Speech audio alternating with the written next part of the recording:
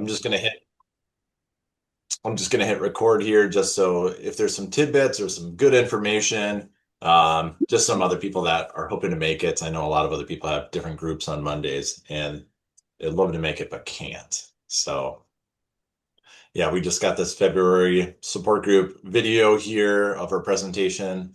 You can skim through that if you want to. I'll send that link out here pretty soon.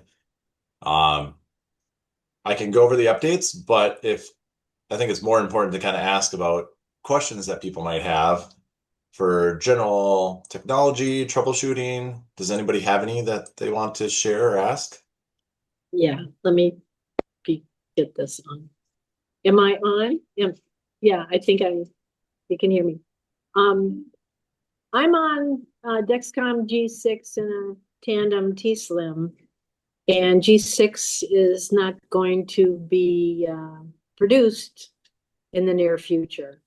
So I just a while ago when G7 was new, people were having difficulty with it, and I'm wondering what the consensus is for or experience of people who have gone to G7 in the past, or what do I make a different turn and do something else?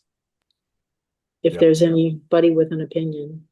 So great question. Dexcom's definitely been working on some kinks, so obviously we'll let other people kind of talk about this. This is my general understanding, and once again, I have my own biases, so take this with a grain of salt, people too. I'm not a perfect provider. I'm always learning from patients too. Um, the thing about Dexcom G6 is they'll stop manufacturing on July 1st, but there's going to be a bunch of supplies out there, especially because everybody's changing and they might overproduce their supplies. So that means their supplies might be available until July for sure, probably into August, maybe even into September. Their app on their phone is going to go until 2028. So you got another year to use up those supplies. One downfall is you have two copays because you got the sensor and the transmitter. With the G7, you just have one copay. So sometimes that ends up being cheaper for people. Now, G7 has gotten better. I didn't like it at first, and I think they've started to take the feedback, which is great. At first, it was a little bit tough, a little bit dense, and that was like 3 years ago, 2 years ago. And it does have better reception. It used to be, hey, it's in your pocket, it's the back of your arm, and it's not communicating. That's a lot better. Sometimes people are noticing that it should be a little bit closer to the pump than the G6, but that's not everybody now. So they have improved upon it. G7 15 days should not be used with Tandem right now, but it can be used with Omnipod. And Um, so G7 is getting better, and they have to have people kind of hand thread something. So it takes a lot more money, a lot more coordination to keep the G6s going. So they just want to go to one assembly line, basically. And so they're just kind of getting rid of the G6s, even though the G6s still are very popular among many people. well, there should be the many people who are into the same situation. I like the accuracy of the G6. Um, and I would need more than, I only have one arm to insert the G6 in because of a cancer problem before. Um, so I'd need another place to put a G7. Um, and I just don't know how that's going to work. Or what would the alternatives be? Does anybody have experience with an alternative that would go with the tandem?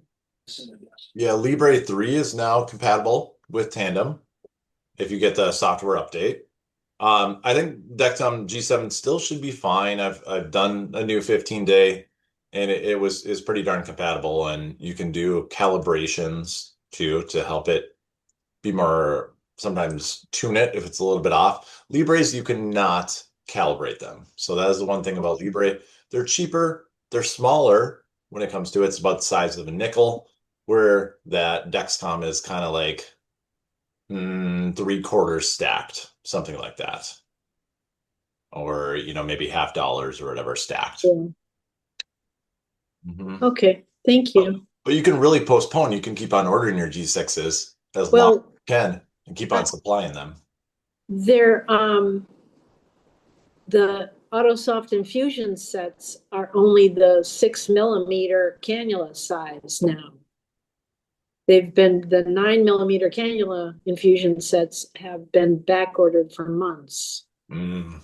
And I guess that would be the same with G7 too. They'd use the same infusion sets. Wouldn't have anything to do with the Dexcom G6 or G7.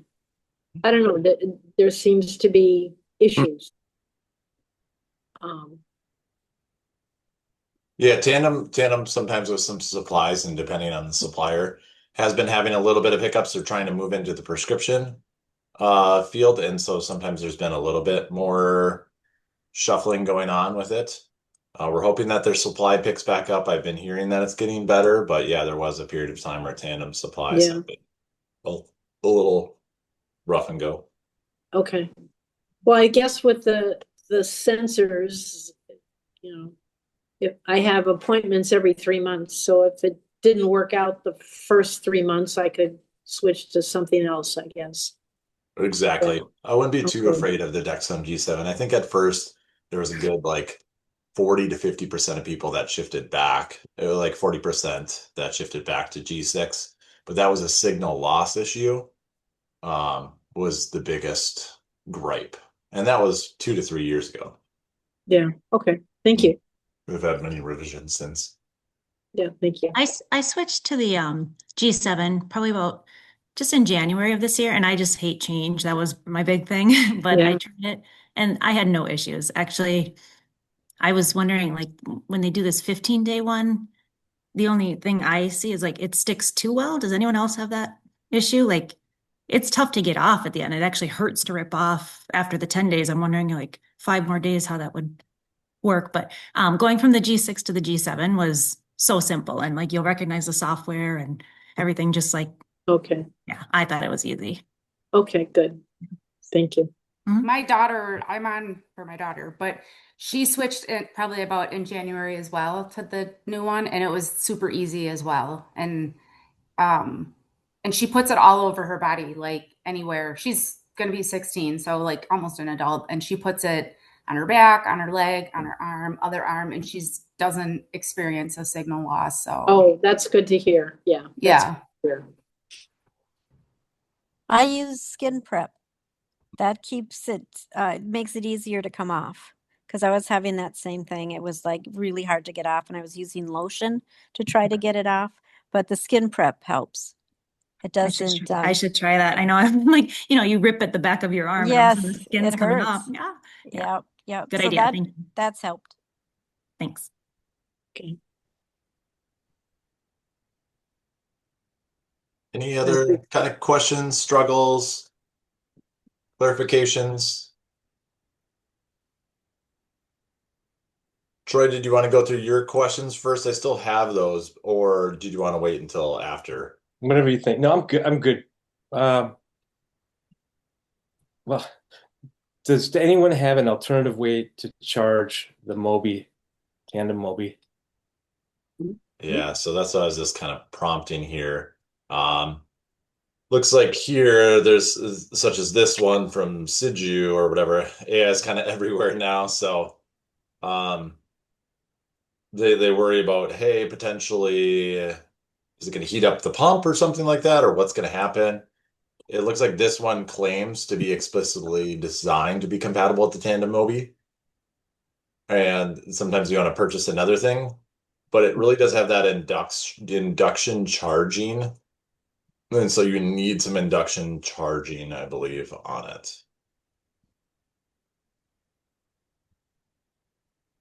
Gotcha. Yeah. So it's a great question because I was like, I don't know that offhand.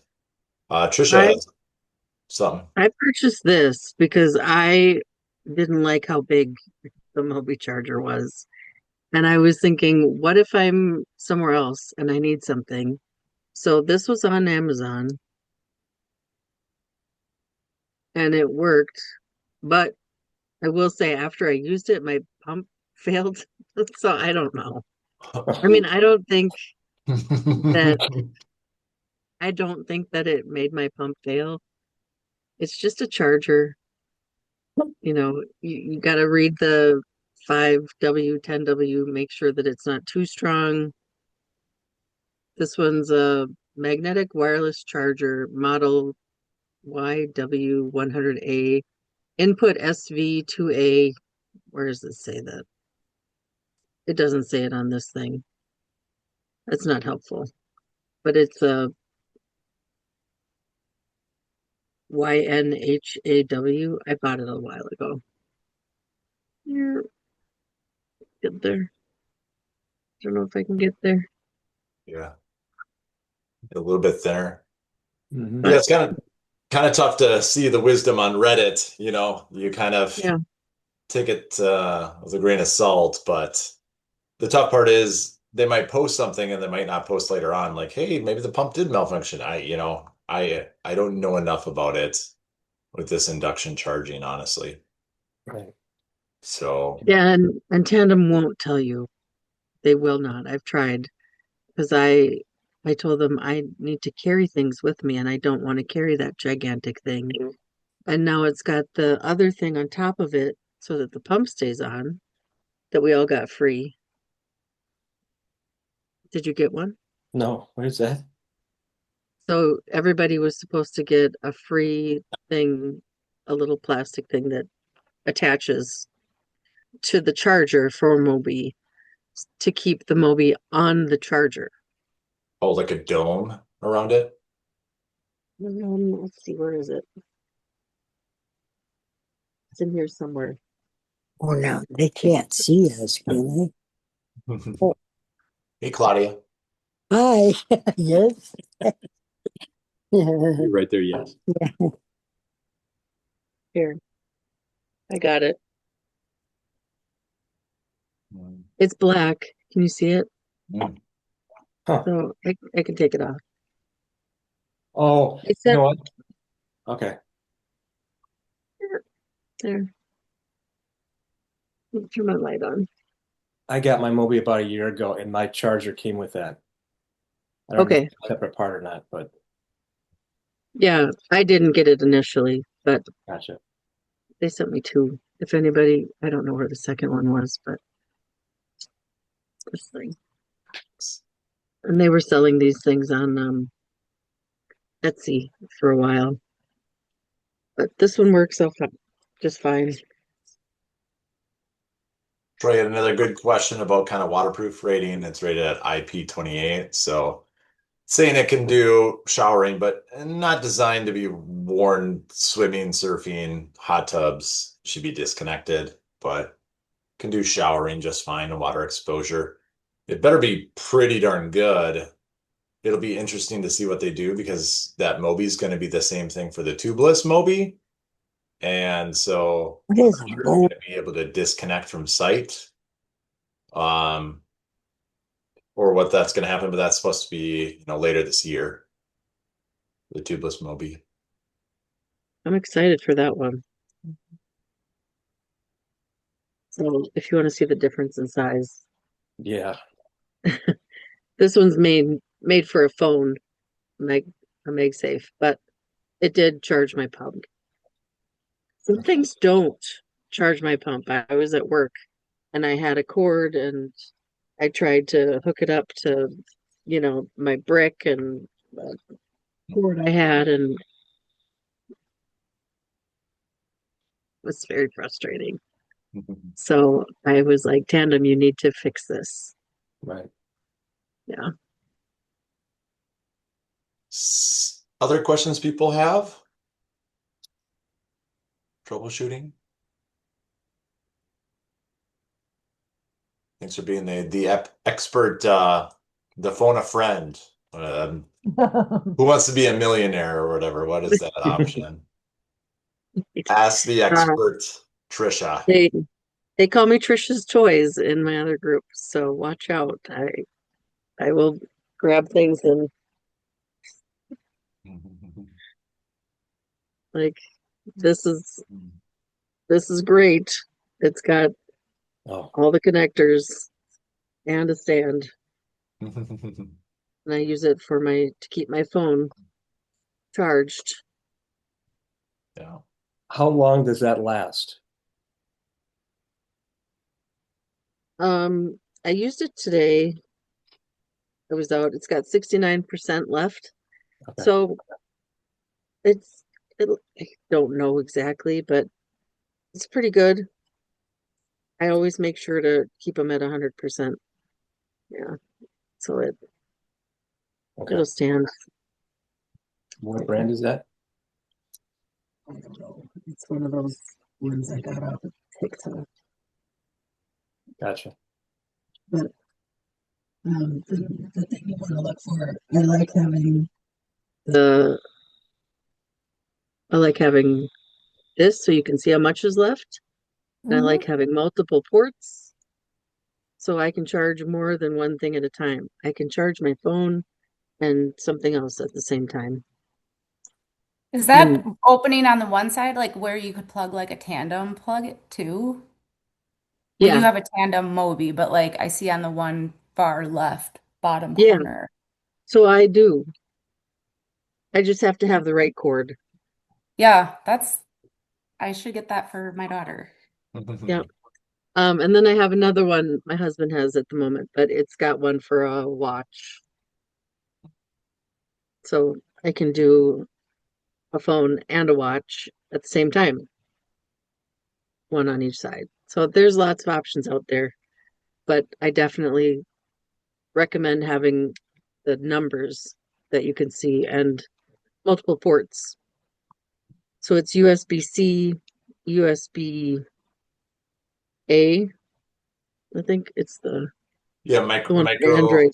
the micro For SD that Android. has the tandem, the Is that the USB-C, tandem? the Yeah, okay. lightning connector, which is going to become obsolete here pretty soon.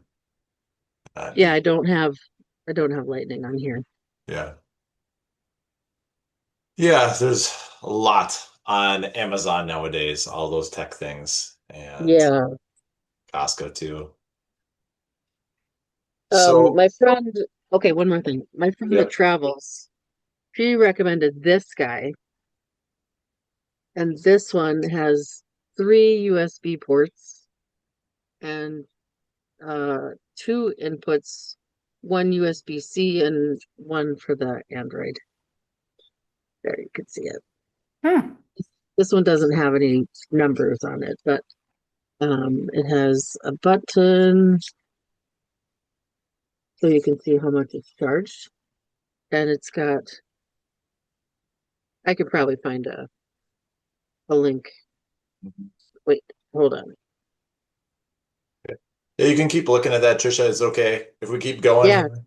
Because we got Allison's here too, but just want to go over a couple different new novel things that are on the market here. So people might have been hearing about the once weekly basal insulin. Obviously, for us pumpers and stuff, it's not going to be much of a utilized item, but it just goes once weekly. I believe it's just U700 insulin.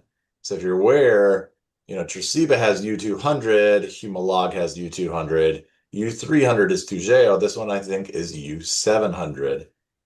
So it looks to be compatible. It's just it's probably going to be used more for type 2 diabetes when it comes to it, but just less pokes for some people. So an interesting thing, not really up the type 1 diabetes market because sometimes things change so much and we need to change our dosing so much quicker, but it's something there. Teplizumab or Tzield, I'm still not the biggest fan of this because you have to do like 3 hours for 2 weeks. You got to get infusions. It's quite a bit to do, but they just expanded it to as young as 1 year old if you're trying to delay the onset of type 1 diabetes. That one's not really anything there. GLP-1, so Lilly now has Foundayo, which is a oral GLP-1, just approved, and it's really not out in the market. I can't prescribe it and stuff.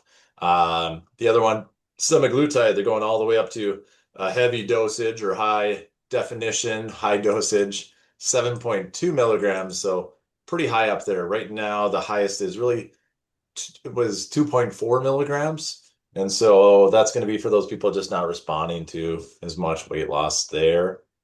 Um, they weren't able to pick up this stuff, but Medtronic has their Mini Med Flex. It's the same thing. It's just through the phone. It's still got tubing on it, but it's smaller than the current Medtronic pump. I think it's one of their best ideas, but they finally work with Libre. So I think that's going to be their saving grace there for Medtronic. They've been struggling kind of with their sensors and um, sometimes not working the full 7 days. So I think switching to Libre has been a very good improvement for them. Um, and so nothing too much, just a little bit smaller. Still got the cords. Really, same thing that they already have. There is another pump here, just came out of the woodworks. It's a tubeless patch pump. It looks like it's got a removable design. So this one, it's called the Pivot Patch Pump, just recently approved. So it's going to be exciting to kind of throw a wrench in Omnipod's dominion or being the kind of the king, because it's when you can go tubeless, a lot of people want tubeless. Those people that haven't had diabetes for too long, it's kind of hard to encourage them to use tubing. Um, so it'll be exciting to kind of see what happens there. That's not anything different. One of the bigger things is for Eversense users, Twist is now compatible with Eversense. So that's the implantable one. And for majority of us users, it's not a good idea. It's a lot more costly. You're having to have the insertion, you're having to have it pulled out, and you are having to put in calibrations for at least 21 days too. So um, just because it's new or it's really not new, but it adds another dimension for those people that are having issues with adhesives for Libres and Dexcoms and stuff. Sometimes we move to Eversense, and sometimes we put a transmitter over the top with just a armband. We don't actually use adhesive, but it does need to be charged daily. So that gets to be a pain for a lot of people too. So just because I'm talking about it doesn't mean it's a great product for you, but it's expanding for those people that are on Eversense, that it's finally now in an automated insulin delivery pump system. And so a little bit exciting there. Um, we might have the Twist people back on. I know we talked about that in the past too, but we might have them on in the near future to talk about that. Any other questions people have or things they're troubleshooting, concerns? We did talk about the Dexcom G6 kind of getting phased out a little bit earlier on, but I know some people jumped on board later on, so feel free to ask what questions you might have.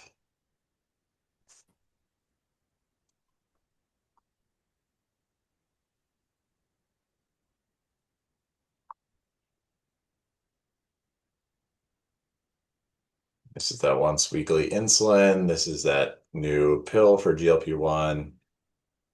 And so I'm going to stop the sharing if nobody has questions right now. And so Allison's been around, well, the diabetes community, and many of you people are already quite aware of her. So in kind of the mental health domain, helping out, and she said she had a conference earlier before, and I figured we're on the eve of that conference coming up in May, so I asked her to kind of tell us a little bit more of that and maybe give us a couple tips and tricks to help with her own, mental health in the meantime. And she's become a certified diabetes educator. She's become a mother of three as a recent, so I guess she's past the two, and once you get past the two, three is maybe not too different. I don't know. How do you feel three is, Allison? Because we're on the board. We have a third on board for us too. Oh yeah, okay. Hi everyone. Let's see. Yeah, 2 to 3. Well, my kids' age gaps are all 4 years, so I feel like that's an advantage for us, and that my oldest is almost 9, and now I have a baby. So I feel like if they were closer together, more of that like 3 under 5 or 3 under 7, like or less, less age difference, like props to those parents. My 9-year-old he's not, I wouldn't, he's maybe not quite as helpful as like an actual like babysitter, but he does okay. He does okay. He can make him and his brother waffles in the morning, and that's something. He won't change diapers though. I keep asking and he keeps refusing. So Yeah, I think it depends on whether you got the guy or the boy or the girl and stuff who wants to be more I helpful know, I taking know. care If of I the had kid. a, if my oldest was a girl, maybe that would have made a difference. But my girl is my youngest, so she won't have to do anything. Mhm. So I made you a co-host. I don't know if you're familiar with Zoom by any chance, so you can always share stuff if you Oh want to yeah. share. Otherwise, you can kind of direct me and I can kind of Google it and pull it up Yeah, and I don't know if I didn't prep anything. I'm prepping a conference, so that's kind of all the prep I can do right now. yeah. So as Brad said, my name's Allison. I am I guess if you want to go to dmhconference.com, DMH. that's dmhconference.com. Hold on one second.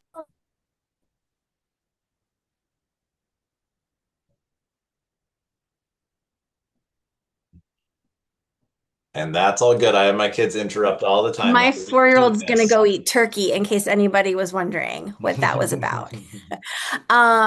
So this is, yeah. So, as Brad said, my name's Allison. I am a licensed therapist. I'm a CDCES. I've lived with type 1 diabetes for 32 years. And I am the founder and director of the Diabetes and Mental Health Conference, which is coming up actually this weekend. Um, May 1st and 2nd, but it's one, it's online, and two, it's on demand. So if you are busy this weekend, never fear. All of our sessions and keynotes are available until July 31st. So you have a ton of time to watch everything. If you can only come for like one thing or none of the things, that is okay. We have our conference has two main tracks. The first one is for healthcare providers, those who are working in working in the field, working with people with diabetes.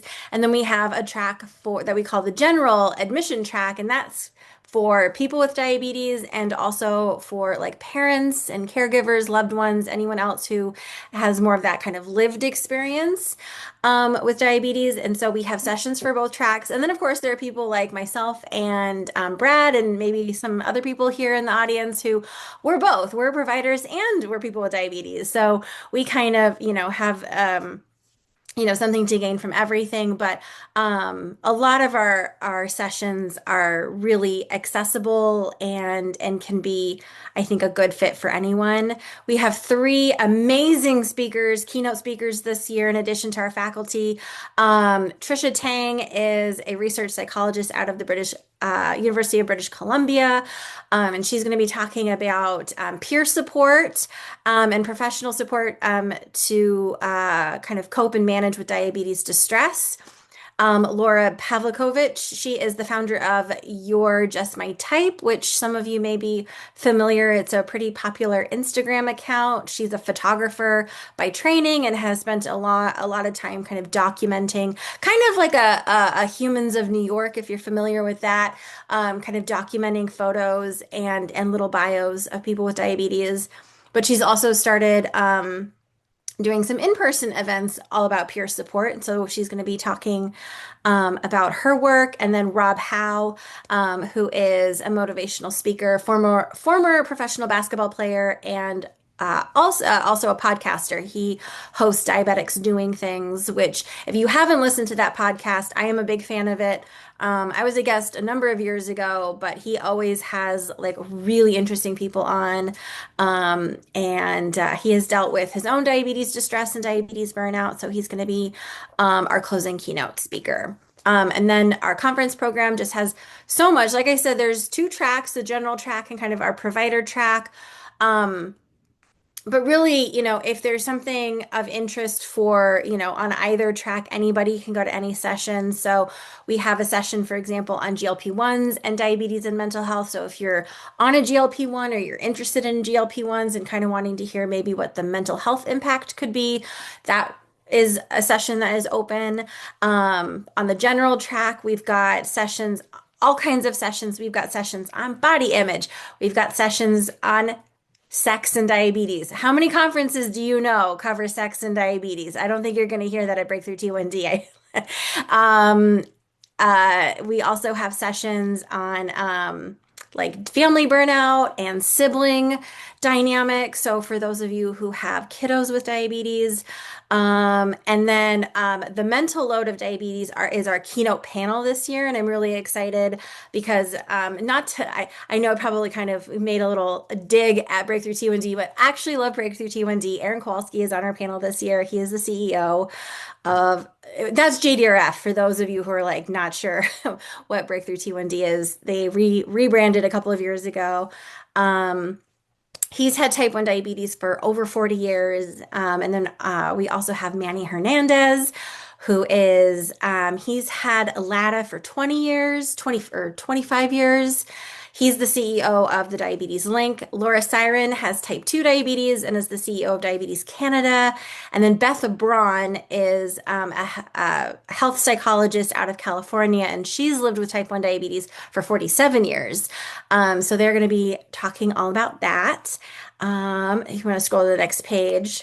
Yeah, just more awesome sessions. Lots on, diabetes distress, stigma, stress management, navigating relationships, all of the things that, our endos and our CDEs might not necessarily be covering in session because they need to analyze our blood sugars and make tweaks.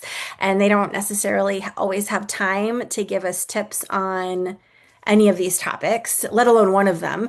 And so that's kind of where we come in. We kind of try to fill in some of the gaps if people are not able to access a therapist who seems competent in diabetes, or if they just are struggling to find time, or if there's gaps in insurance or funding, that sort of thing. We try to offer, as often as we can. We run this about every year and a half, plus a couple of other kind of extra workshops. We try to offer some education and tools and strategies to kind of help people, where they're at and with what they might be going through. So yeah, this is our 4th year. So I'm happy to answer any questions about the event. But also if you just have questions about mental health and diabetes, I'm also happy to answer any of those. I'm at your disposal. Because I mean, I can talk, as you can tell. I can just keep talking, but if people have actual questions, I am happy to answer. does anyone from our group get special VIP pricing or $10 off, $20 off? Anything you can offer, Allison? We do have a 10% off coupon that I can share in the chat. Okay. I have to look it up. I have to look up to see what the coupon code is. But that's not hard. I think this looks amazing. My Thank daughter you. struggles with stuff like mental health related things related, with her diabetes, and she sees a therapist, but the therapist doesn't fully understand like how having diabetes causes anxiety, for example. And I'm like, well, one of the things is like her pump beeps in class and she hates the attention. And that's, Yeah. really annoying and causes her a lot of stress. So I'm like, that's something as an example. And I'm like, well, and then the other huge example is like, you're constantly thinking about it, Yeah. trying to stay in like Yeah. the perfect range. And when do I need to bolus? And how much should I put in my pump? And does my pump need to be charged? And amongst all the other teenage worries, I think is. So I was trying to like educate her therapist about it. But Yeah. it's good to know that there are therapists specific for diabetics. I did Yep. not know that. There's not many of us, but there's a few. Even in the Twin Cities, there are a few therapists with diabetes. So I'm available, but there are other therapists that are available, depending on where you live, or if telehealth is of an interest or ability, or if you prefer in person. There's a few kind of scattered in the metro area. Yeah. And I apologize for asking about price. That's a pretty good price. I was looking at the first one. I'm like, for some people that'd be a tougher price, but $50 for the whole access is pretty decent. So, um, Yeah, it actually should be 40. It's not 50. I don't know oh, why that, I thought we had updated that. This is old price. I thought we had okay. updated that. So my apologies that that has the old pricing on it. It's actually $40. And I'm trying to find the coupon, the stupid coupon code. I'm still like doodling around in There's a promo. Eventbrite trying to figure out where the coupon section is, which is like really kind of silly that it's this hard to. I might have to go to like the main page. So yeah, Where is it at? Oh, it's a virtual it's conference. So online it's all virtual. everywhere. As I tell people, it's everywhere. Cool. And it's Okay. in your living room or your office, wherever your And computer do you think is. that it would be appropriate for a 15, well, she's almost 16-year-old. I mean, some of them maybe not, but most of the sessions looked like they were probably, Most of them, yeah, I would say sure. I mean, I think Grab I this think I it mean, probably depends. not the I sex think it one depends. and that, yeah, but Probably not yeah. the sex one. I mean, unless you've had that conversation. I don't probably won't be relevant, like very interesting. But yeah, I mean, I think most of them are going to be, especially like I think it's Sabrina and Erica's, on like just psychology, like stress strategies and just kind of Yeah. psychological hacks. Sabrina is a child psychologist, so that's her audience mainly. Her session's not on like for just for that, but that is her main demographic when she works. Um, I would say most of the content on the general track is going to be, relatively appropriate. Possibly even the body image if she's a teenager and she's feeling all sorts of things about weight and devices and food. Like this is when it starts. This is when a lot of disordered eating and eating disorders start in the teenage years. So even though we might think like, oh, that's not age appropriate, it actually is very, very age appropriate. So, um, and Alexandria has type 1, so you can also kind of get, I think there's some extra insight, from that when you're listening to somebody who's living it as well. So, Hmm.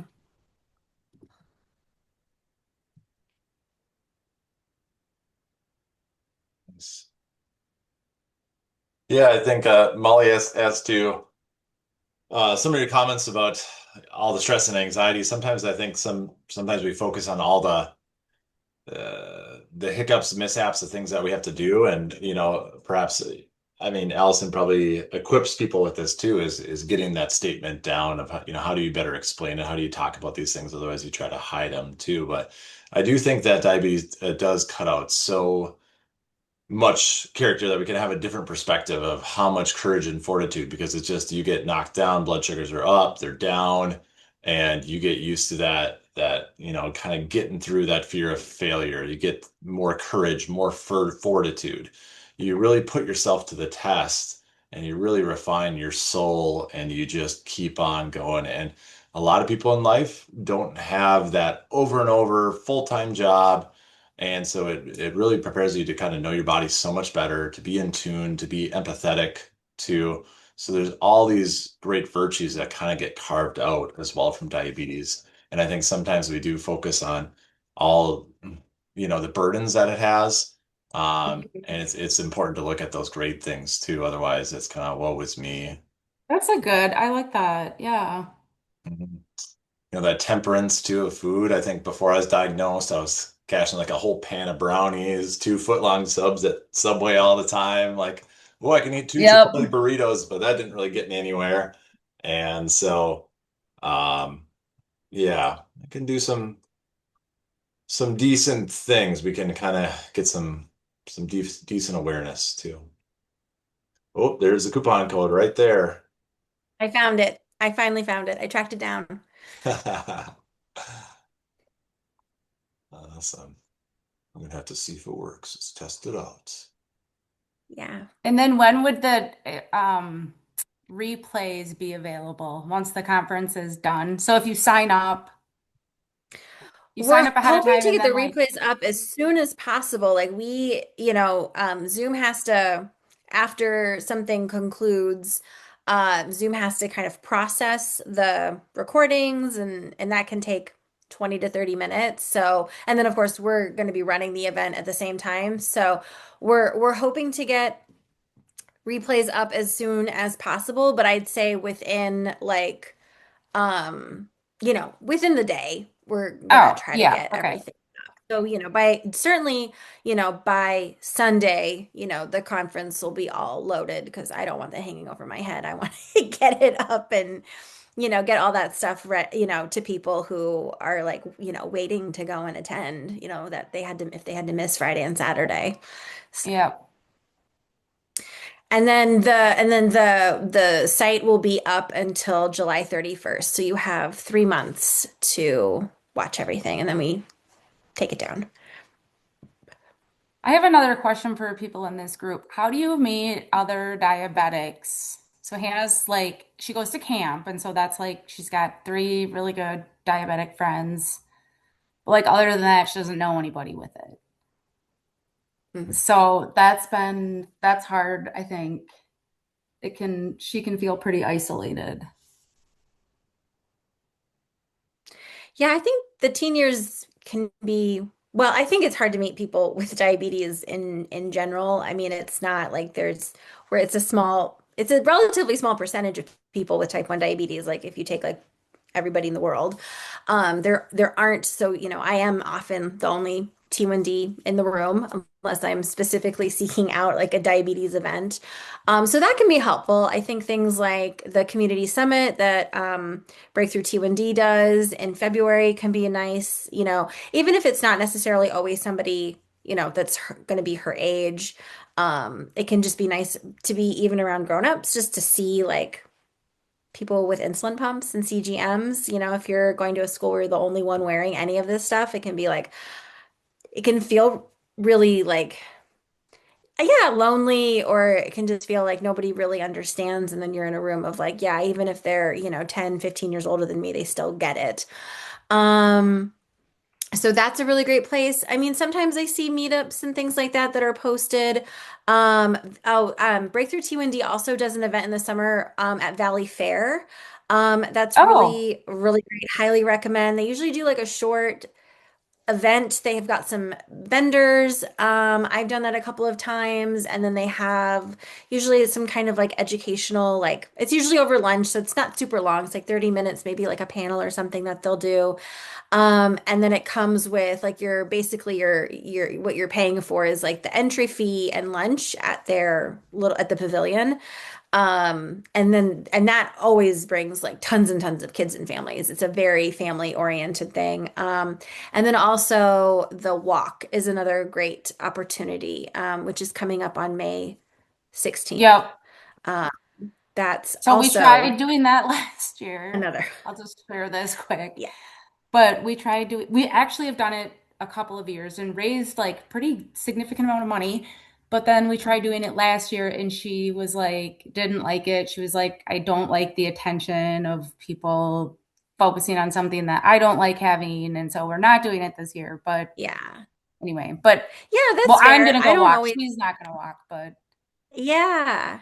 Well, I mean, Valley the Fair Valley Fair thing can be sounds fun. fun And though. if She she's would got like that. friends, you can just buy tickets for everybody and like everybody go to Valley Fair. So yeah, it's always like I think it's the last Wednesday or second to last Wednesday of July. It's pretty like regular. Oh, If you want to yeah, get it on your okay. calendar, that's pretty much when it always is. Um, Otherwise, I always recommend, especially, I mean, anyone can join the Touch by Type 1 of Diabetes group. Is that the name? Touch by Type 1? Just by type one of, yeah, Minnesota. Whatever. Touch Yep. by Type 1 in Minnesota. I never remember these names. They're like 18 words long. Yeah. That one. That's Um, by type one of that Minnesota here. that one has like, yeah, that one has like I mean, families are in it, adults are in it. So that can be good if you're trying to like meet people in your area. Sometimes I think somebody has started kind of like a kid or teen meetup. I've seen those posts a couple of times. I don't know if it's super regular, but I've seen some posts about it. Yeah, and then also, I mean, for better or worse, I think social media is available if she wants to like just find or follow people with diabetes to kind of learn from. I know, I mean, I'm on Instagram. I'm the diabetic therapist. I don't post a ton. I'm trying to get back better at getting back into it. But there are a lot of people who post like way more interesting things than I do. And that can be fun just from like a, role model perspective if she's on Instagram and just wants to follow a couple people, just to like kind of have them in the background. She doesn't have to like exclusively follow people with diabetes, Yeah, no, obviously. yeah. Yeah, so that would be a couple that would be a couple of ideas. And when she gets older, um you said she's 16 or 14? 15. She's gonna be 16 in Oh, August. 15. I missed both of them. She's 15. So is she going into junior year or sophomore year? Sophomore year. Okay.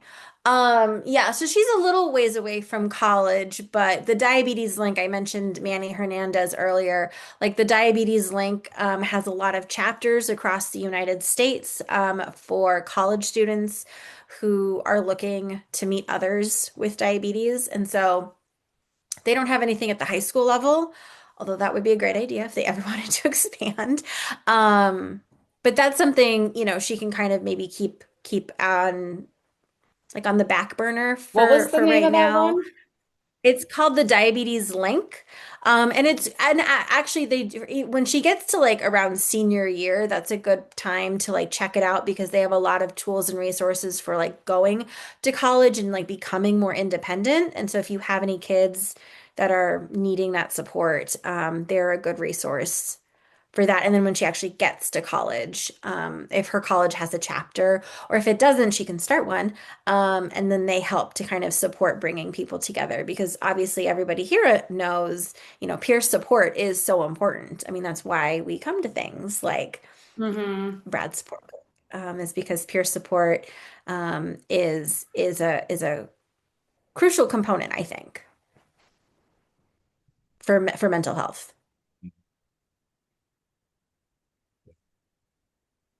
I think it's good just to equip with the typical things. That's one reason why you won't see type ones is because of the shame and guilt, and like you get asked these questions of, oh, my family, someone in my family has type 2 diabetes, or oh, you're not fat, or oh, and you have diabetes, or oh, should you be eating that? And it's just kind of Yes, equipping yourself with ugh, these knowledge exactly. with how do you respond to that? How do you respond better? Otherwise, it's just going to be angry, and you're going to want to really isolate yourself more. You're going to want to shut that door, and it's going to shut the door not only on that, but other opportunities too. And so you want to really expand that and be like, for me, I didn't know the difference between type 1 and type 2 diabetes, and I was 23 years old. I was an EMT at that time. I just knew, hey, check your blood sugar. So I take it as an opportunity to be like, I thought the same thing, but here's some of the differences and stuff. And it's Yeah. it's it's tough when you're a young child to kind of like, okay, it's my job to educate people, on this. And it's like, I well, type know. 1 diabetes is only 5% of the whole diabetes population. And we just don't know why it occurs too. And then some people are like, oh, but it's just kind of tough because I was so naive before. And so I at least get the understanding of, I get why people are asking it. And you see all this type 2 stuff on the TV, and you see all these horrendous stories or all this stuff spreading like wildfire, and you're asking your younger daughter to combat that. And the best way to combat that is develop your kind of elevator speech, developing, something that will Hmm. continue to develop. But that's the reason why you just don't run into type ones, because they really isolate. They really don't share it because it's uncomfortable. It's frustrating that people ask you that stuff. And um, as you start to equip with it, and just you're bringing up the sex topic too. That's a really tough one. That's personal. It's like all of a sudden you have this person that you really like, right? And then all of a sudden they see that, and you're like, are they not going to like me anymore? I mean, that's such a huge thing to equip somebody with. Mm, Simulate how are you going to discuss this so you just don't basically shell up and um, have this more traumatic event and stuff. mhm. Hmm. Talking about Yeah. alcohol too, and how do I have conversations with people? But nobody wants to be judged, and that's the tough part about having diabetes is you're automatically judged, and you're like, hey, take some cinnamon, apple cider vinegar. You're gonna get all these comments, and you just gotta kind of think, hey, once upon a time I didn't know how to ride a bike. Once upon a time I didn't know how to, read, and these people they're kind of looking for a better understanding versus judging, really. Yeah. And Yeah. that makes sense. And just equipping with that elevator speech is difficult, but it'll be well worth it. It'll open up so many more doors, you know. Hmm. It took a while for me to be like, hey, this is giving me so much purpose having diabetes. I know some other people are gonna kind of be like, whatever, Brad. But it's like I was just climbing the corporate ladder, and now it's like I get to kind of walk alongside and understand and be like, too, I forget the bullets before meals. I have highs and lows, and they expect me to Yeah. be this gold standard, like absolutely perfect. It's like diabetes perfection doesn't exist, but you can learn and reflect. That's the best thing you can do. It's doing the same thing over and over, and it's not working is where people get into the biggest issues. And you're learning that lesson hard, fast, early on with diabetes. And yes, it kind of sucks sometimes, but you get so well equipped with your coping skills if you're learning to handle it, if you're reaching out and being vulnerable too. That sometimes with our vulnerabilities, we can be so strong together. But yeah. I didn't mean to hijack that, but any other tips, hacks, little strategies that you want to share, Allison? I mean, is there any tips or strategies that people are interested in? Like, I guess my question is like, are there any like reoccurring problems or like situations that you're having difficulty navigating? Any like, well, situations or thoughts or feelings that you're noticing kind of coming up that you're like needing maybe some suggestions?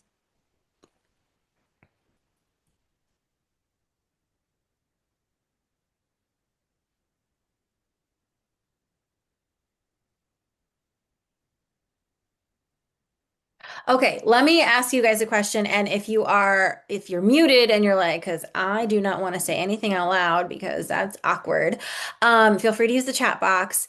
When does diabetes feel the hardest? Like when does it really like kind of get up in your grill and you're just like, absolutely hate.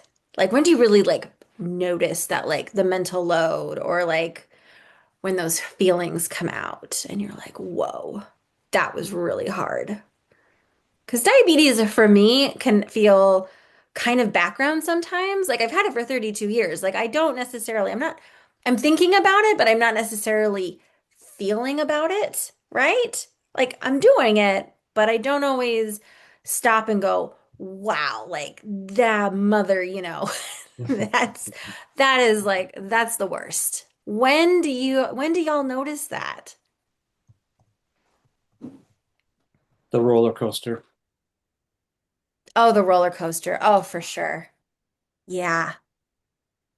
Like Speaking the of blood Valley sugar Fair, high, like the blood sugar high and low. Oh, It yeah. literally looks, I'm like, sometimes I'm literally the way to like this is like I don't know if it's a morbid cope. I don't think it's a morbid coping skill, but something that I often find myself kind of trying to make myself laugh with is like, what kind of actual roller coaster do I think this could be? Like, should I send this to Six Flags or Disneyland? Like, because, just to kind of like make myself giggle a little bit because I find that therapeutic to kind of laugh. Because some of them are like gnarly, right? You're like, wow, that drop or that, like, that would be terrifying if that was an actual roller coaster. Like, That's an it's interesting hard. analogy. Yeah, I know, right? I think it's because on Instagram they have like the little roller coaster GIFs, and I always like I put it on as if it's an actual roller coaster. It makes me laugh.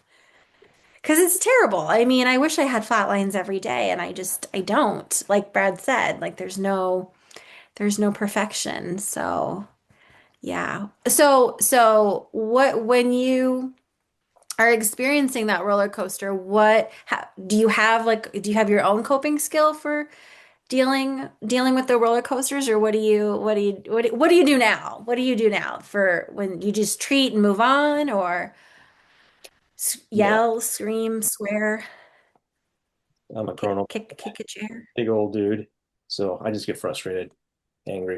You just get frustrated. That's his fifth pair of glasses this month. You break the glasses, you step on them. Sorry, I'm putting words in his mouth there and stuff.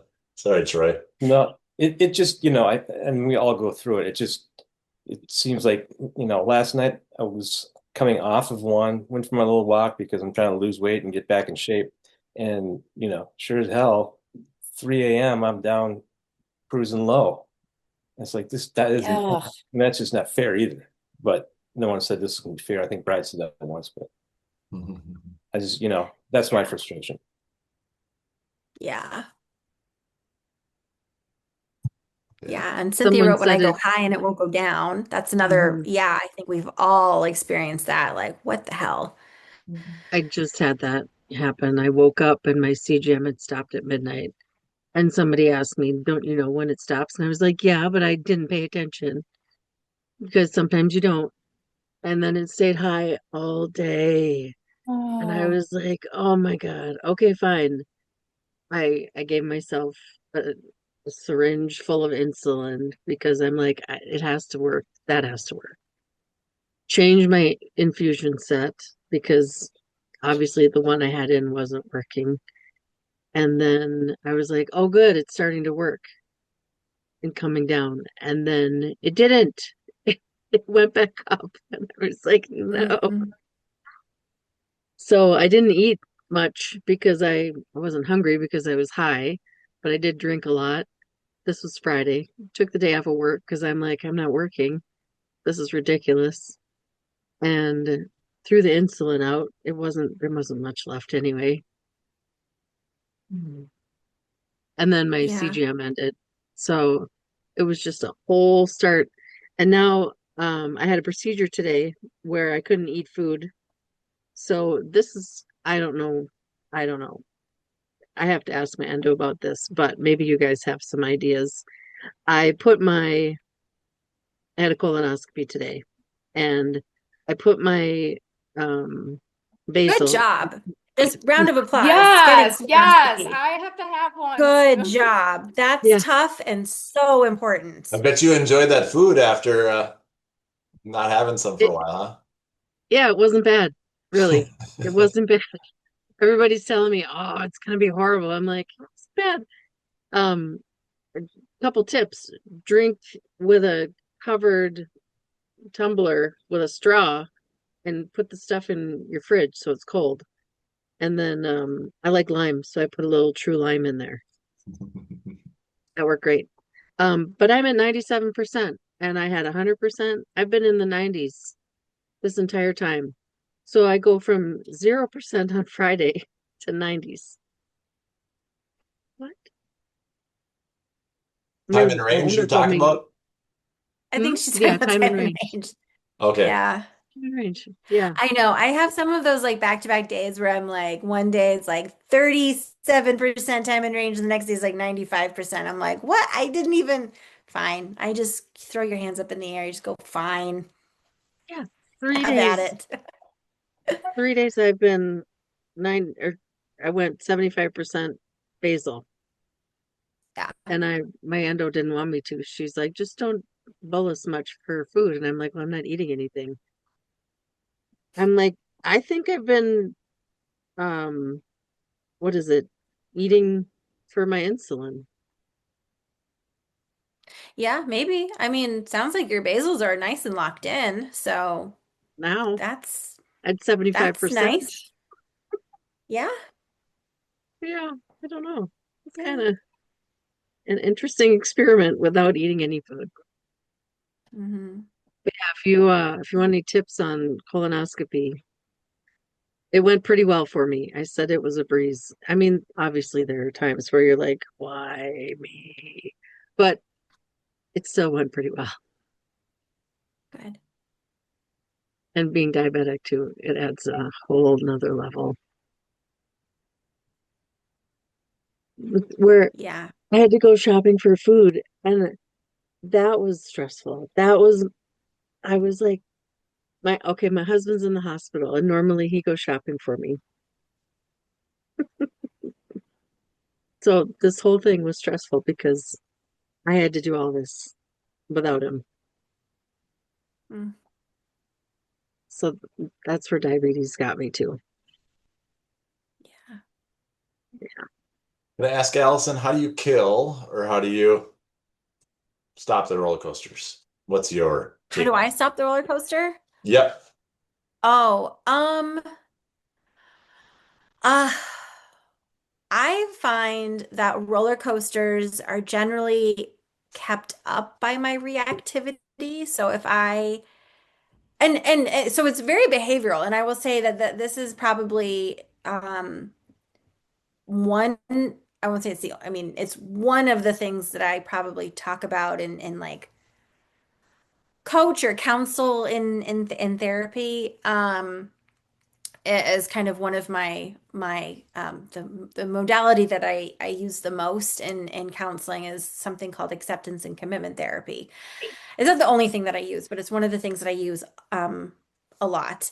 And one of the things that it sort of teaches is to work on um, separating ourselves and accepting the like what people would often call like negative experience, negative emotions, or memories or urges, things like that. Basically, just like inner experiences, things that are happening like in our heads and our bodies, that are uncomfortable and that we want to go away like pretty quickly. And what happens is when people notice those thoughts or feelings, urges, memories, etc., is they tend to try to cope or react in ways to make those feelings and inner experiences go away so we feel better. Um, but in the process, those reactions are not always actually very helpful in the long run. They actually can make it worse. Or at the very least, it just doesn't help. It's not kind of helping us to pursue our values, kind of pursue a way of living that is actually like in alignment with like who we see ourselves to be, how we want to see ourselves, how our ideal self would respond to things. And so I try as best as I can, and they're not perfect at it either, is to kind of catch those feelings and those thoughts and those inner reactions, and not to say that those need to change or that I need to be not frustrated by a roller coaster, but to go, being frustrated is okay. But there's nothing wrong with that reaction. That reaction has its own like reason for being there, its own um it's yeah, its own existence, separate from me. And that I can choose a reaction that's going to be more in alignment with how I actually want to be as a person with diabetes, as a mom, as a wife, as a therapist, as a just a human. And that's, I think that's a very kind of like maybe, I don't know, high level view of what I actually end up doing. So in reality, like what that actually ends up looking like is seeing the roller coaster, seeing the like, you know, spike way up. And I experienced one a little while ago that caught me off guard. I went much higher. I forgot to bolus for something, but I ended up going way higher than I had anticipated, given that I did end up bolusing. I just went much higher. And that number, ordinarily, I think if you were talking to me like 10 or 15 years ago, I would have given like so much insulin. I would have been like, get this down. This is This is not good. This is a bad number. And I didn't feel that good. I mean, like, I didn't feel super great either being at that number. So I'd be like, get this, get this baby down. And now I know that if I did that, I'm going to crash. I am going to drop really quickly, but I'm more likely to go low. And then I'm going to go low, and then I'm going to be like, great, now I'm low and I've got insulin on board. And now what's going to happen? Is this going to happen? I'm not going to be able to do this Zoom call, and I've got to put my kids to bed and all this stuff. So now I'm going to overtreat. Now I'm going to like pile in. Of course, I don't even really need a lot of help to overtreat. I think overtreating is kind of like a biological imperative. You're just going to, if you're not careful. And so, okay, yeah, I'm gonna go and I'm gonna get like all of my kids' snacks and then I'm gonna go up. And so you can see how like quickly you get on the roller coaster if your instincts are driving what's going on. And so part of that for me has been to sort of destigmatize and like de-shame the reaction that I'm having, that it is okay to be super frustrated and angry and sad and overwhelmed and whatever it is that I'm experiencing. Like, there is no problem with feelings. It's how I handle those feelings. And that is not easy. Like, figuring out what your alternative is can take some time to figure out. Um, but that is an incredibly long answer to what you probably thought was going to be like, I just don't take too much insulin, which is basically what I do, but hopefully that felt more thorough.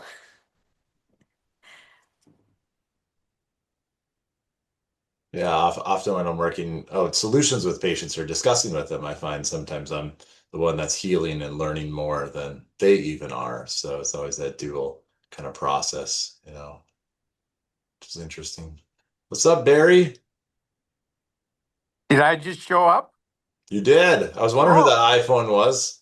You revealed yourself. no, I've been watching it all night here, but found another button to push, and there I am.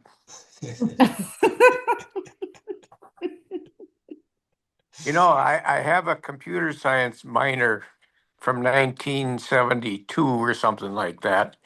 And I couldn't run one of these telephones or a laptop any more than the man in the moon could. So, um, You could tell us how but the Atticus worked, though, right? well, the abacus and punch cards. I was a hot dog on punch cards. So, Oh, yeah. but thank you. I'm fine, Red.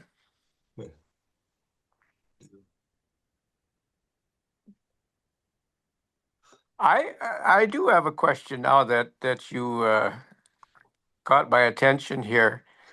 Um, Molly, that has been speaking there, has been diabetic for 32 years, I think she just said. Uh, does she have the sensation for feeling low blood sugars still or anymore? You talking about Molly from I think it's ADA? Allison. Oh, that I'm Molly. sorry. I'm sorry. Molly's name came up here. I'm sorry. Yes, it is Okay. Allison. I'm sorry. You want to know if I can still feel my lows? Yes, I can. you can. Yes, Okay. unfortunately. No, I'm just kidding.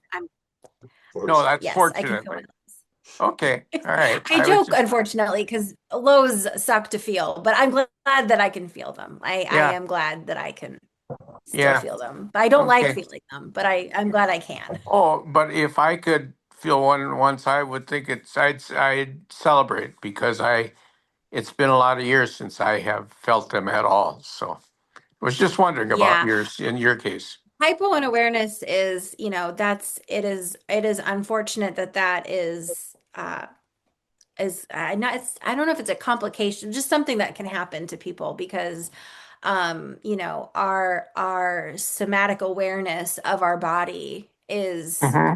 I think, one of the it can be a lifeline, for people to be able to Yes. feel those. I mean, thank God CGMs were invented. I mean, and I think, hypo and awareness probably drove a lot of that innovation, making sure that people who couldn't feel lows, and also who can't, really readily feel highs. I mean, I have to be pretty high to feel a high.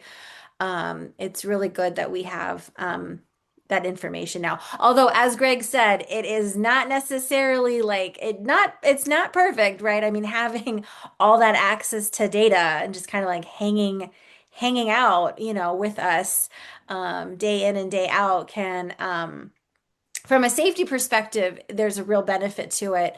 But there's another side to all of that data. That's actually one of the sessions that we have at this year's conference, and it's something I've spoken about to providers is the kind of the diabetes distress that comes from this saturation of data. We Oh have yeah. so much data, probably more than we Yeah. actually need or is useful.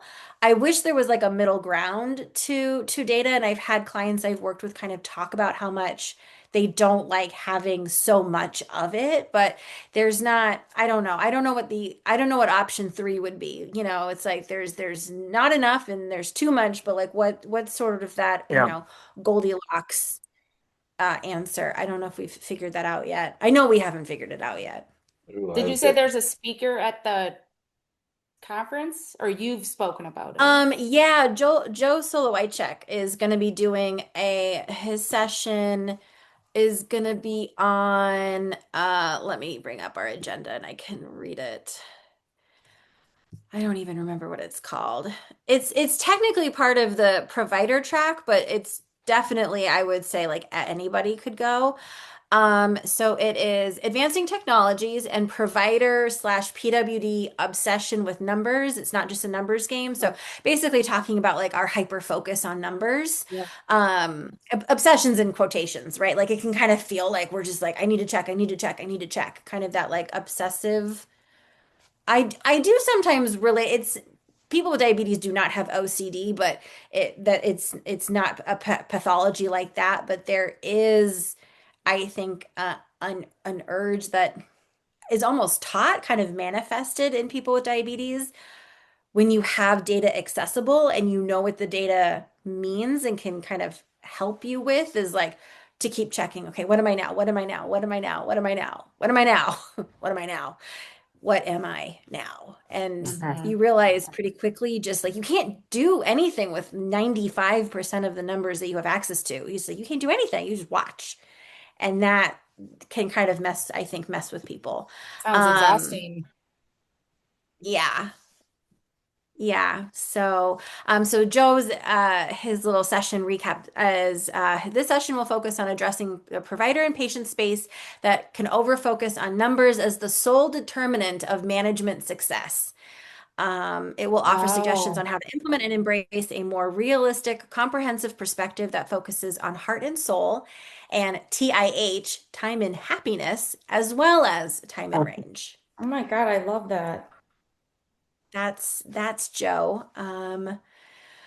Yeah, so he's presenting on Saturday. But like I said, everything's on demand. So if you can't make it on Saturday live, it'll be recorded for you to watch later. You had a machine that had time and happiness on it, you'd sell it like crazy. Yeah, right? I Yes. know.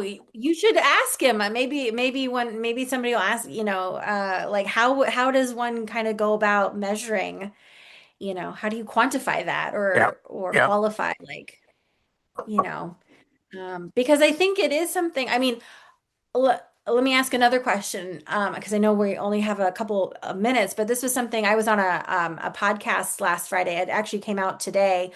And the host asked, I think it was Neil that asked me this. Maybe somebody else did. But anyways, the question I was recently asked by somebody was, how often are you asked about your mental health in clinic? Like, how often does somebody ask how you are feeling, not just like how you're doing?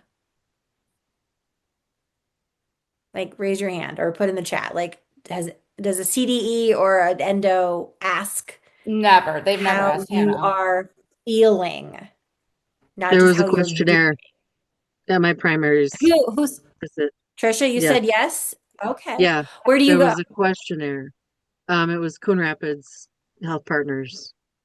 It was Coon new. Rapids Health Partners. Do you know what the questionnaire was? Do you know It if it was had a a name, the assessment?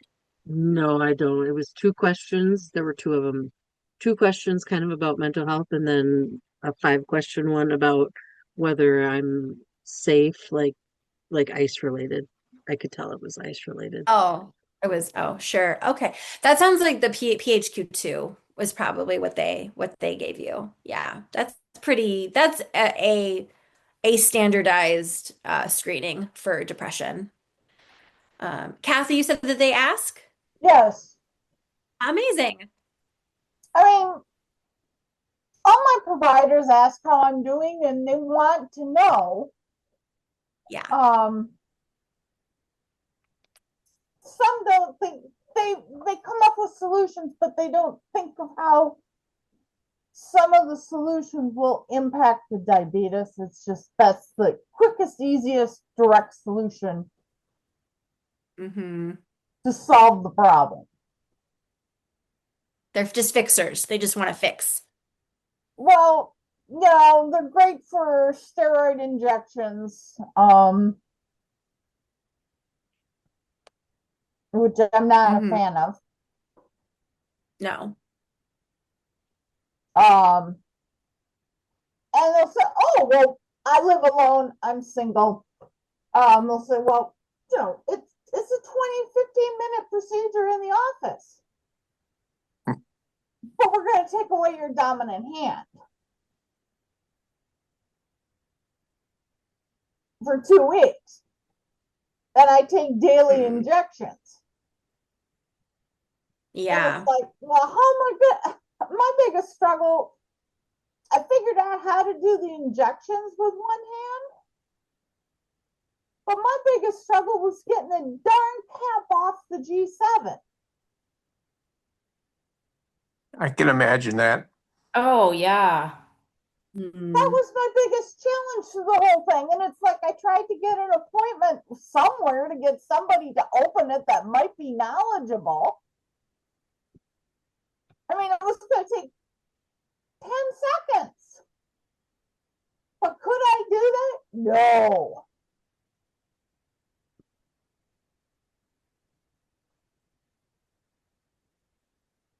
It was frustrating. Yeah, it sounds frustrating. And, it was for a trigger finger, which is common with diabetes. So I'm sure it wasn't the first rodeo for these folks.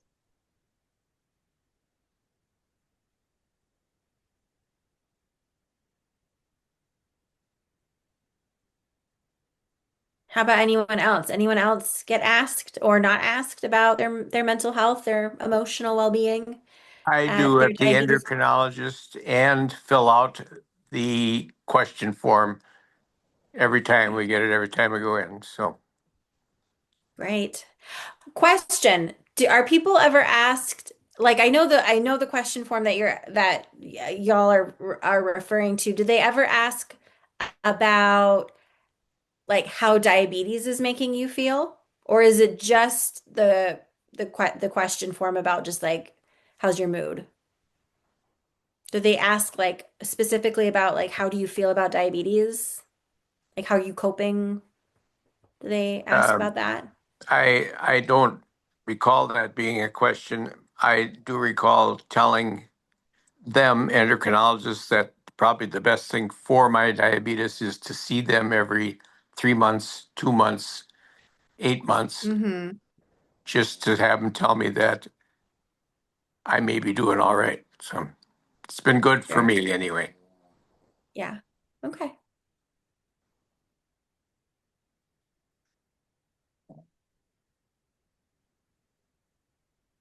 I did have a previous endo send me to a diabetes psychologist. So Hmm. that was different and it worked Mm-hmm. out. I Great. wish they Yeah. had more of it. I feel like they're very like separate entities, you know? Yeah. Yeah, they are. They unfortunately, um, yeah, there's not a lot of mental health directly provided in the clinics. Um, Probably because most people don't go to their endo clinics with the kind of regularity that one would need. But I wish screening and referrals were offered more regularly. So, Yeah. because more people probably need it than it's getting talked about with. Oh, 100%. And sometimes during those very, we were in a system where it's very small appointments, and to pack that much in that period of time, talk about all the other Mhm. things, and Oh, wow. I didn't think of as that either. Yeah. providers, it's just really hard to pack that in. I mean, I've been asking people more like, "What's on your heart? What's going on today?" or something like that. How are you doing? Because I realize they're not going to be able to take in any information unless they spew something out. It's just our cups are always overflowing in this current world. Everything's fighting for our Yeah. attention, and just you need this, you need to do this, you're not good enough, you're not doing enough, etc. And so we just tend to take on more and more and more. And when we feel good too, we're like, oh, I can do more. And then all of a sudden we're like, I can't juggle this. And so that's the tough part, is you have to kind of sometimes listen. And sometimes if you have this time section, you don't have the patience to listen, let them kind of get some stuff out before they take in some new stuff that's supposed to be, more fulfilling, more purposeful. Yeah.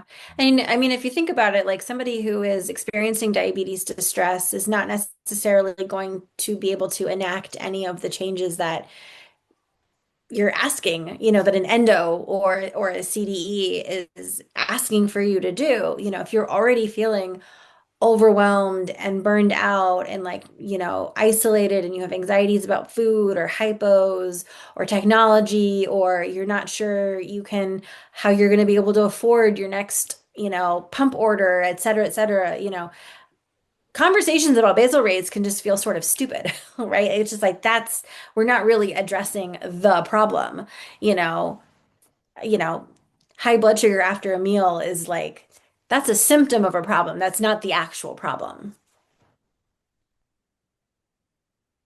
Well, sometimes I think too, like, just this is just me observing from my daughter, but like, the first thing they do is they print out, and her doctor is great. I love her. But like she'll check in and ask her how she's, what's new and how's hockey and things like that. But then kind of the first thing they do is like print out like the like 4 days of basal, or like her sugar numbers and everything. And it's like I think Hannah is always feeling sort of judged, like in those 4 days of printouts. And it's like that's got to cause a lot of Yeah. anxiety, just that in and of itself. I've often thought that. And I've also been like, why those 4 days? Like, why is there an assumption that I know those four they days always before have an an endo opinion, appointment like, is hey, representative of like the last 3 months? You're just like, you're just as if that is like the time frame to look at. I'm like, but what if I don't know, what if I was sick or something else was going on? But they always print out those damn like week or 4 days before an appointment. I'm like, I actually moved my endo appointment because I was like, this is a shit. I know what they're gonna look at, and this is gonna be the worst time for them. I'm like, I'm just move it. I'm gonna move it out a few weeks. Like, let's regroup because I've been traveling. I'm like, this is stupid. This is not the month to be looking at. Push it out, then like regroup. So I don't know, but that's me. I mean, I can do that. Um, but yeah, yeah, what people are looking at. I mean, I think with anything like, I keep going back to Greg's comment about these things kind of just like living forever. And I'm like, I just feel like we have to be sort of choosy though. Like even though those days are included in the totality, I think we have to be a little bit better at like picking and choosing what days and weeks to really focus on, because those bad days can be they can be, sporadic, and sometimes they can be meaningful. I think sometimes we can get really good information about like, okay, my approach to that holiday or that event was like not what it needed to be, and I need to like regroup my my approach to Thanksgiving or something like that. Thanksgiving only happens one day a year, but like we're like, okay, I next time I gotta do this differently. But I think other times, if we have, a bad set or a bad bottle of insulin or we're sick or whatever, I want diabetes data sometimes to be like an Excel spreadsheet where I can just go hide row. I wish I could click on clarity, like hide. Just hide that day. I don't need it. I don't need this incorporated into anything. Like this is useless. I call it a dud day. That's the name I've given these. It's a dud day. I'm not ignoring it. Move on. Look at the other I think we days. should be allowed You those. can't do I that. agree. You can't. And I Yeah. wish you could.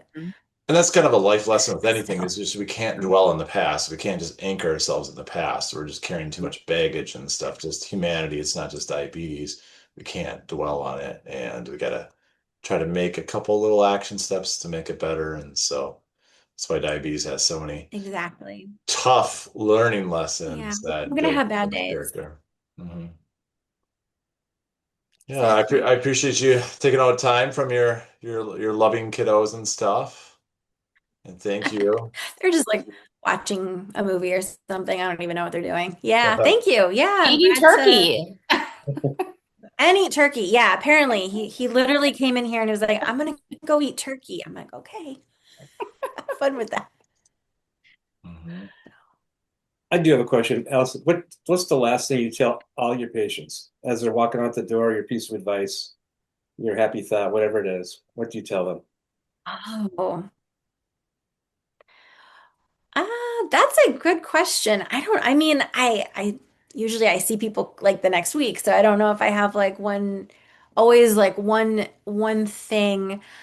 I think the thing that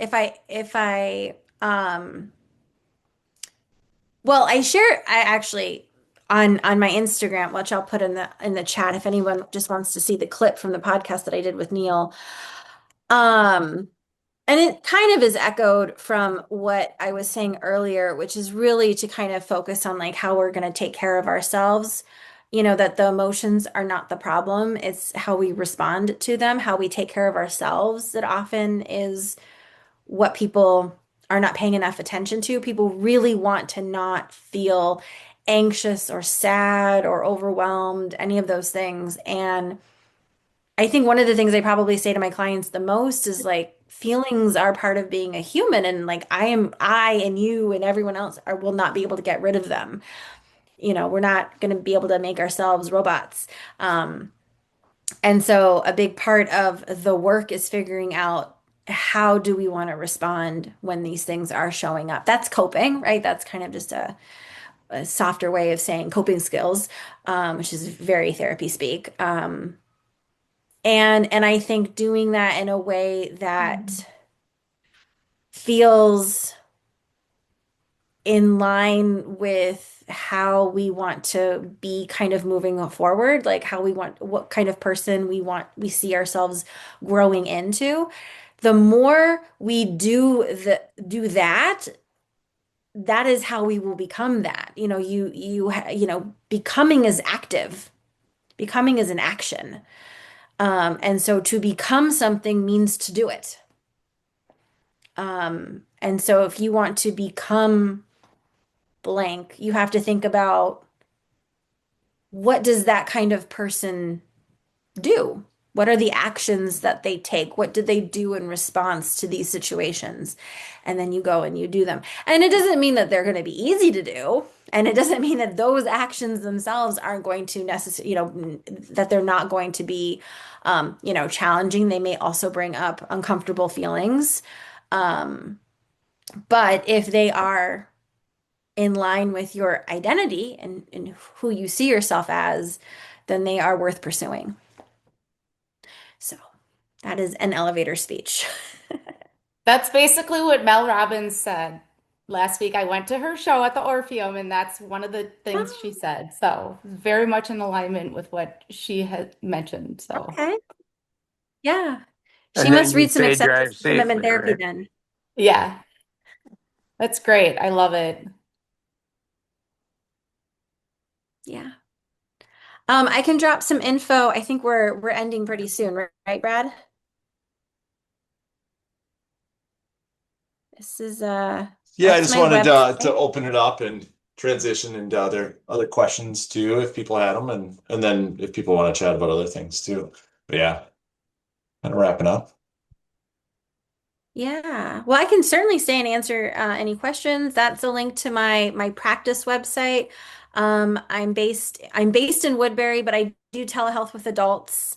So you don't have to be in Woodbury. And then I do in person with couples and teens and younger. Um, and I'm right off of 494 and pretty easy to get to. But like I said, I do telehealth. Um, what else? Um, I am going to be starting a therapeutic support group, which is more of it's going to be a program. It's not quite drop in like Brad's is. It's going to be 12 weeks. Just on diabetes distress. That's going to be starting up as soon as I have 4 people. It's for adults with type 1. Once I have 4 people who are interested, we'll officially kick off. So if you're interested in that, I can send you more information. It'll be week, like I said, it'll be weekly, for 12 weeks. Um, yeah, Cool. happy to answer any other questions. I'm pretty much an open book, generally speaking, Thanks, Allison, for coming within in. reason. Thank you. Thank you for coming in and sharing and Yeah. yeah, giving your own Yeah, thanks And for my testimony. everything. It's website been really also has my helpful. email. Oh, of course. Yeah. Mm. Yeah, my website has my email address. So if you have any questions, about the conference or anything else, you can reach out there. So, Nice. yeah. Great. Barry still around? I am. My Crack- picture should still be up there. I cracked the code to happiness. Here it is. I got to put my glasses on. Funny part is to be happy, you have to be grateful. Yes. The opposites, the gratitude. Yes. So That's this is one of the aspects and stuff, some of the key things. And obviously we have social media eating away at our souls. Same thing with the news.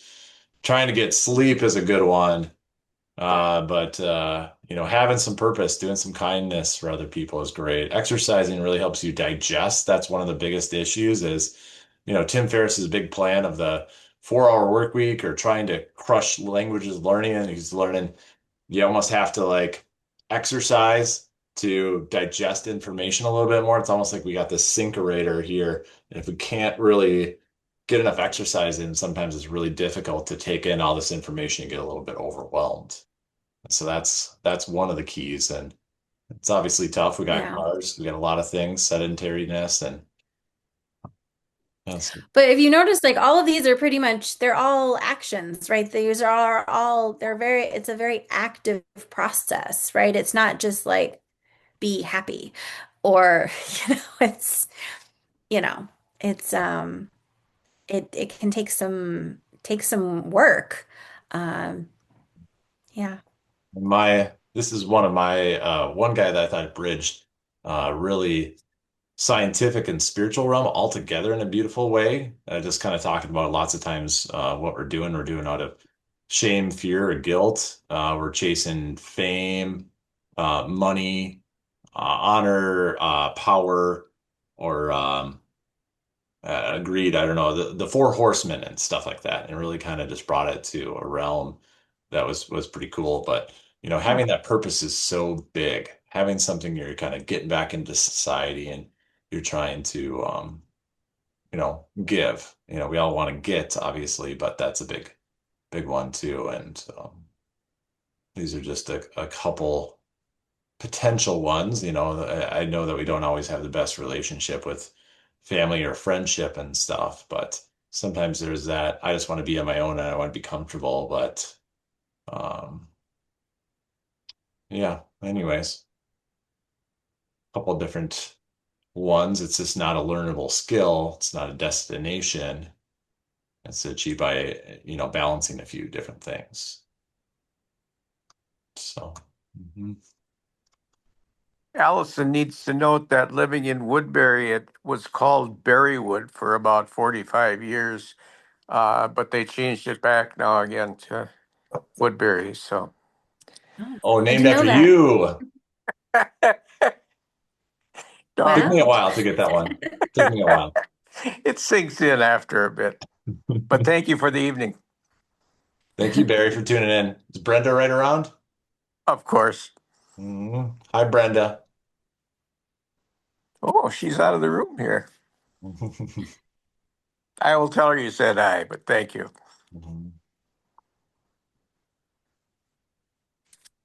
I think one of the biggest ones for me issues is practicing that gratitude. Sometimes I'm like, I need to do more. I need to do enough, and I'm just not.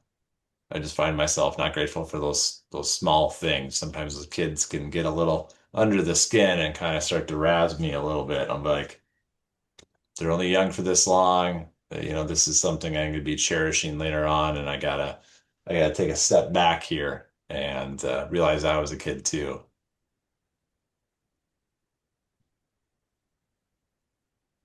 Nope. Any other questions, diabetes, tech wise, whatever? What the heck? Brad and Allison, do you guys encourage or believe in taking diabetes holidays and just not looking at your stuff for a while?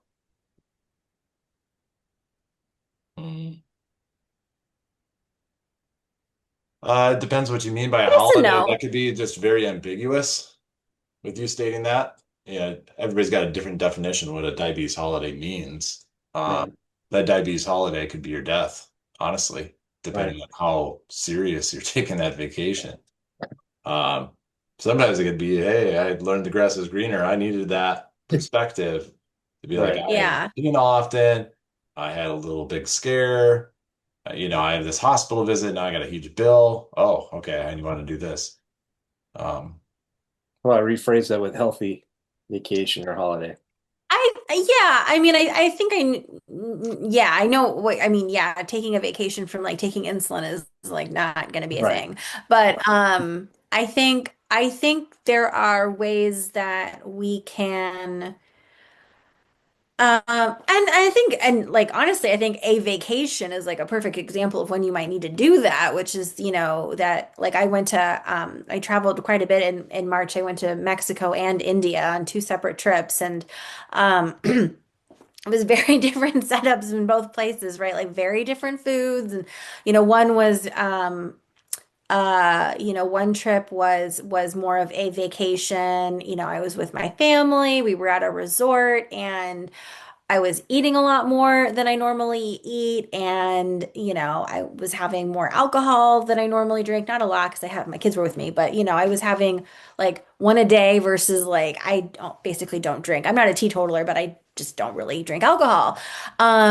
So that was different. And so like I knew mentally, my management is not really necessarily like set up for all of this, and like and my like just the whole schedule of like when we were eating and what we were eating, um how many carbs things we're gonna have. And so I mentally kind of had to pull back some of my expectations of like what my target was, of like what a good day basically was going to look like, what my target range was going to look like, in order to kind of decrease that pressure and stress on myself, knowing that it was going to be temporary. And the same thing when I went to India. Again, like I had a massive time zone change, tons of, different foods, things like that. It was a work trip. And again, I had to kind of go, okay, I'm not stopping. I was checking my blood sugar. I was wearing my CGM, wearing my insulin pump. Basically, a lot of things were the same, but mentally I kind of pulled back on what my standard, what I was really kind of aiming for, shifted mentally. And I think you can do that with other things. I think people can sometimes take pump breaks. I know I've done that where you're like, I'm gonna not wear a device, but you still have to take insulin, so you're just switching. I'm going to do MDI. Sometimes, I mean, I've done this where I have adjusted my alerts on my pump or on my CGM where I'm like, I don't want to be alerted at this number. I'm going to be alerted a little higher just so it goes off a little less often. Um, I think the most important thing though and I have actually talked to Bill Polanski, who kind of coined diabetes vacation as a term. His guidance and kind of what I share to people who are thinking about doing this is it really needs to have an end time. If you're going to, so like a vacation, like a controlled environment, like you're flying somewhere and then you're gonna fly back. That's one example. That's a great example. But also like if you're just going to make an adjustment to your alarm settings, you may want to put a cap on how long that is going to be, because you may start noticing, because you're not getting those alerts, that your average starts to creep up and your glycemic variability starts to creep up, and you don't want it to negatively affect your health. So vacation should not be permanent, right? A holiday that we take isn't permanent, and I don't think a diabetes vacation should be permanent either. So you have to think about, when am I coming back from this vacation? Not just like, I'm so mad at my alarms, I'm turning them off, and then it just stays kind of indefinite. So that would be my biggest word of warning slash like parameter to be thinking about. It's always important to ask, why you're asking that question. And, there's always things to be learned, regardless of the path we take. But yeah, pump brakes are pretty common where people want to do that. There's just why, and usually it's just a sense of feeling overwhelmed, and just Mhm. wanting to take a break. But we all have that, where it's just what got me back up this morning, before I just was ready to quit and just praying to just wake up and all of a sudden a little bit of energy to get going again. But obviously, when you get death of loved ones and stuff and other things happen, you go by the wayside. Allison probably knows, being a mother too as well. The kid's health takes priority, and usually the mothers kind of go by the wayside. I deal with a lot of mothers where it's just like, oh yeah, I'm supposed to take care of me too, or I don't have time, or they're more important. That's very common. So it's very common for us to always kind of feel that way. It's just it's better to kind of figure out the root. Otherwise, it'll always be ruling your life, just like we're always ruled by our fears of, you know, uh, you know, uh, I'm asking a stupid question, or I got picked on for being stupid or slower when I was younger. Well, now I'm going to be always motivated by fear to be smarter and not ask stupid questions and stuff like that. And it's not really out of love. It's not out of charity. I'm motivated by my fear. So, that's a really deep root I've noticed in myself and other things too. And so, anyways, sorry, too deep.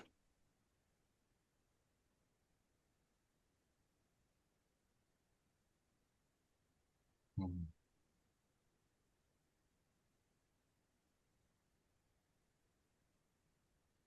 Yeah.